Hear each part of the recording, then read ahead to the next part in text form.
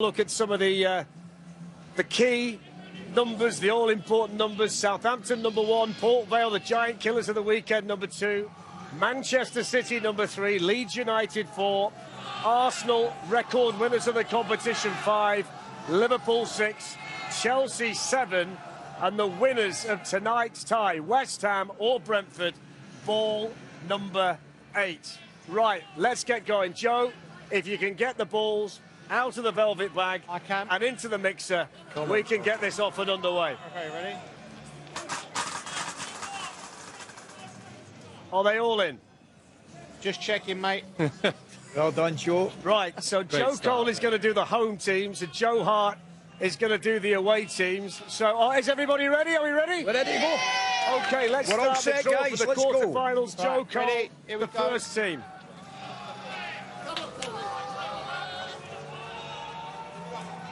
Number 1. Okay, number 1 is Southampton. Had a great result away at Fulham yesterday. And they will play, Joe. Here we go, Joe. Number 5. Southampton will play Arsenal. Ooh. They're getting a lot of good draws, Arsenal, aren't they? Wow. The fates are conspiring. The Southampton fans won't thank you for saying that. I know. Right, who's next? Ready? Right, Joe. here we go.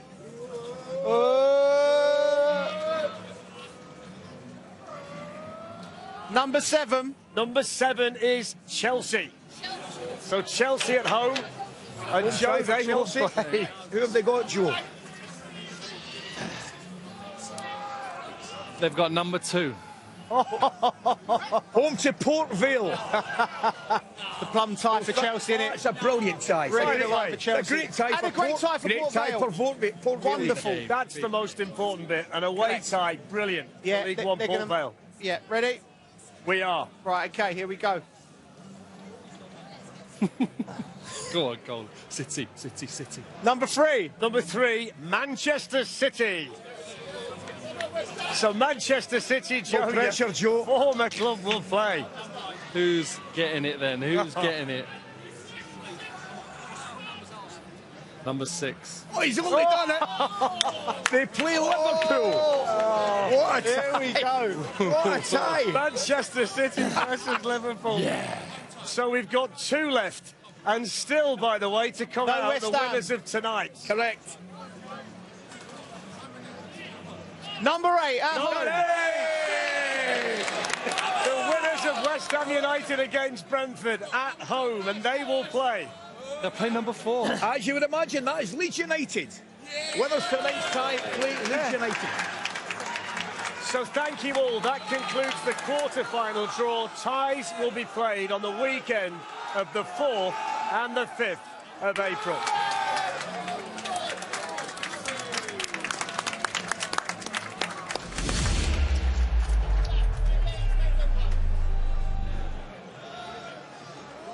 So what about that? Let's have a look at the draw then. So Southampton against Arsenal at St Mary's. Chelsea against Port Vale at Stamford Bridge. What a reward that is for Port Vale for beating Sunderland yesterday. Manchester City against Liverpool. Oh. One of the great fixtures in English football. And the winners of tonight, West Ham or Brentford against Leeds United. I mean, Coity, there's only one place to start. Man City, Liverpool. I mean, Well, they've not let us down. The boys have not let us down. That's obviously the tie of the round. But equally, I was really excited to see Port Vale. And it's a great tie for Chelsea. What a game that is as well. But the big one, lads, City, Liverpool. Well, listen, Arne Slot and Pep don't need it, do they, the pair of them? But for us as the neutral, for FA Cup, it could be a classic. And the way that they're going, I think they blend so brilliantly, 2 teams going at it. Fantastic game. Joe, what about that? So if you're Port Vale now, the financial rewards for the game at Stamford Bridge, the opportunity for the players, a game at Stamford Bridge. I mean, it's everything they could have wanted at this stage of the FA Cup. Unbelievable. Great draw for them. They fully deserve it. They've got a great day out in the FA Cup. And look, it's going to be tough. They showed that they can perform at the highest level, so why not? They've got to believe. What about the incentive, guys? What about the incentive for the game tonight as well? What a massive incentive. Home tie and an opportunity. Winners got a home tie, opportunity to get to semi-final. Questi is massive. Like Nuno's made 7 changes for tonight. Keith Andrews. I could tell you weren't happy. I wasn't, because I come here and I know what that trophy means to this club. and they've had a little taste of it with the Conference League. But it's there. If you go through, you've got a quarter-final at home. Do you think he'd change the team if he knew what had just gone on then? Not sure. Not sure. Fellas, word reaches me that the request has just gone in from the Port Vale chairman that they can take their pitch to Stamford Bridge for the next one, which I don't think they're going to be allowed to do. So Southampton, they get through yesterday by beating a Premier League team away from home. They get Arsenal now. It's great for Southampton, you know, because I feel they went down with such a whimper last year, Fletch. It really took the wind out of the sails of the fans there. You know, they've beaten Fulham, and they can start believing. I think listen, Arsenal coming to town, I think will be too much. But Arsenal seem to be in that momentum where they're just picking up easy. They've got the easy side of the Champions League draw, a comfortable draw, and let Manchester City slog it out. So it's a great draw for Arsenal. And we also know that the winners tonight, it's an all-Premier League tie. It's a great Leeds United. That's a great... It's a massive incentive. We were at Macclesfield for the Brentford game, but obviously the West Ham lads, they made a few changes. They were thinking, what an opportunity, home side can get through. Is this the reality now? You're one win away now from Wembley, one win away from the semi-final. Is this where it all starts to come into focus for the team? 100%. However, they've been picking the sides up until now. I think that changes once you get into that quarter-final. You've got a sniff of Wembley, sniff of a big day for your team. Unbelievable. Great moments to be a part of. Yeah, I mean, listen, I personally would... I would only make 3 or 4 changes maximum. I think in modern football, that routine and consistency is so important. You see what happened with Fulham, but now, surely the next round, if West Ham go through or Brentford, they go through, you're there, you're Wembley, FA Cup's in sight. Hoisty, the fellas have delivered. Yeah, you have, lads, well done. Port Vale go to Chelsea. Doubted you, I knew you would come up with a good point. Knew we wouldn't mess it up. Port Vale go to Chelsea. We've got a situation as well where we get Manchester City against Liverpool. The winners tonight, they've got Leeds United at home. And Southampton, from the Championship, big winners yesterday against Fulham. They get to play Arsenal, who have won this competition more than anybody else. Becky, we put the responsibility into the hands of the two Joes, and boy, didn't they deliver. They certainly did, guys. Thank you very much. I tell you what was funny, when that draw came out, the ripple of noise that went around the bowl here when they heard it was Leeds United they would face here at home from both sets of fans. Well, I was going to say, Becky, it was Brentford's fans as well as the West Ham fans, which is rightly as well, because there's a titanic battle to go at first here. But the boys done a really good draw. They can get out of here alive. They can. They can indeed. But I'll tell you what, I can see the tweets being written out. Arsenal have got another easy game, an easy run in all their competitions. Well, you do need, there's an old saying, but you do need the luck of the draw. I think that's where luck does come into it. I think you make your own luck on the pitch, but they've had let's put it, they've had an easier draw than, in most of the rounds, and obviously in Europe as well, I feel. Yep. Pathway to the final that way is easier. Nothing's easy at that level, of course it isn't, but in tongue-in-cheek, it's you would prefer to have that than, say, like City and Liverpool. If Arsenal had to go and play Liverpool or Man City, that would be really tough for them. But no, Southampton's going to be a hell of a game for them, though. Southampton are a good footballing side, and they're going to have to play well. Whatever team they put out, they're going to have to play well against Southampton to beat them. They certainly are. What a day out for Port Vale. Oh. Joe was just touching on it there. I mean, John Brady said he was shocked after they won in the last round. I mean, to get yourself to Stamford Bridge, it's what they dream of. I think that's a really good draw for them. I think the only perfect draw for them might have been at home to Southampton, say, and then one of them getting into the semi-finals would have been like the romantic side of me of the FA Cup. I see that. But other than that, Liverpool away, Man City away, or Chelsea or Arsenal away, and they've got Chelsea. That is going to be a fantastic draw. They can go and have a free hit. They can go and enjoy themselves. The fans will enjoy the day there. And if they do turn Chelsea over, what a shock that would be. The tweets are already starting, and a Port Vale fan has put, this fixture should pay for a new pitch. Yes. Well, no, they do well on that pitch at the moment. So in the cup football anyway, but I understand what you're saying from the league, yeah.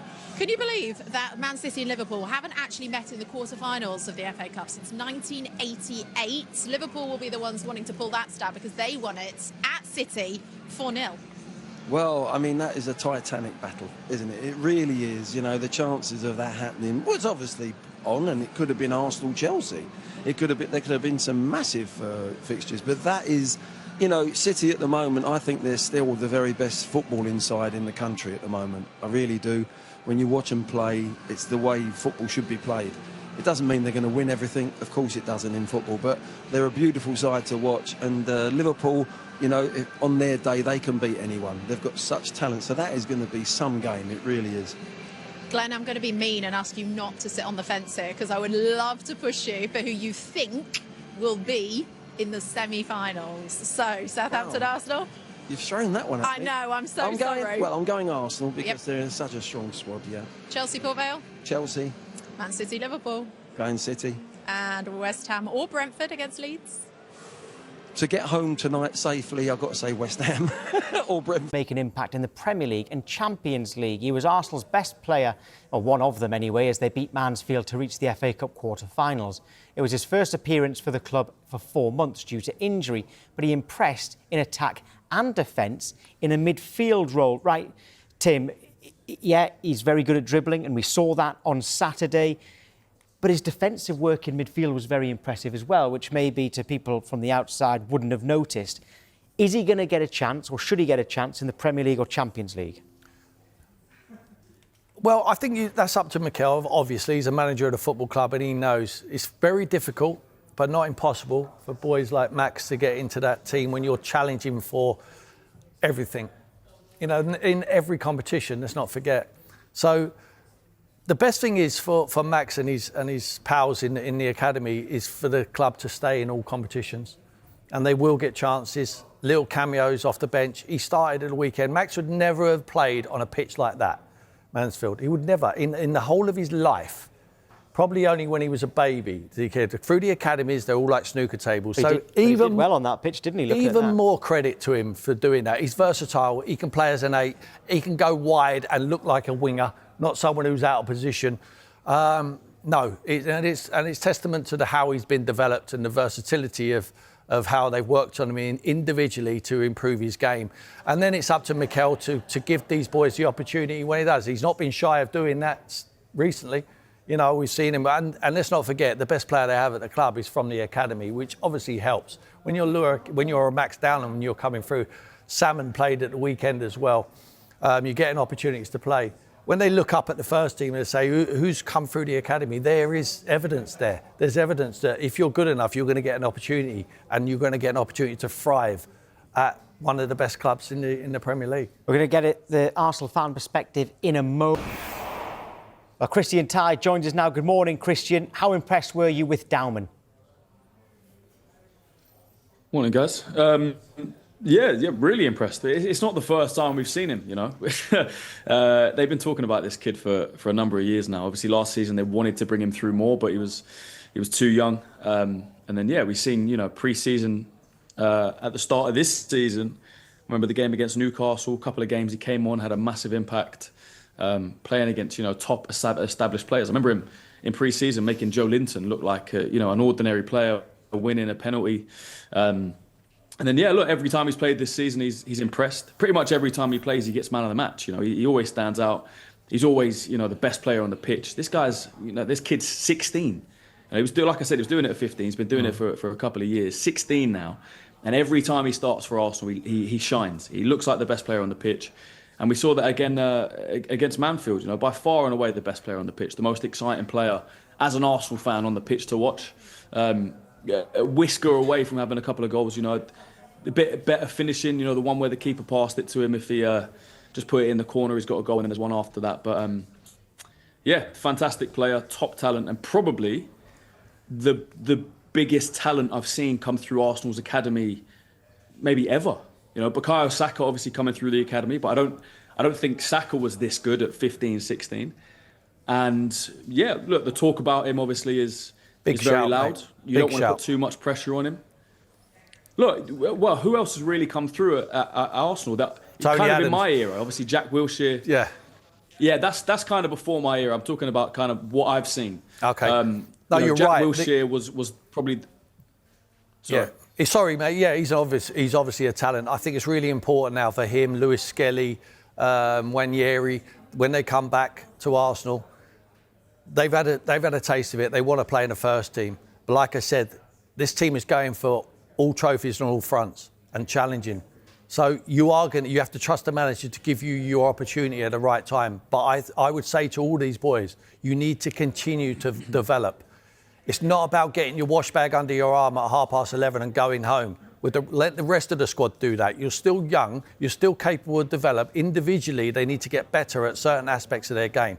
And the last thing they can do is think that they've cracked it now because they've had a few cameo roles in the first team. You know, I've noticed Lewis. I love Lewis Skelly, but I've noticed recently on the bench, and I don't want him to be happy sitting on the bench, but he's looked very, very upset that he's not getting the opportunity. Now he needs to continue to do better, and he needs to identify from the manager what he needs to do to get into that first team and play on a regular basis. If it means going on loan to some of the competition, like in the Premier League, so Mikel gets some trust in him playing against the Premier League opposition, whatever it is, they don't need to get disgruntled. They need to keep their chins up and then continue to develop. And that is a key to being a top player on a regular basis at a top club.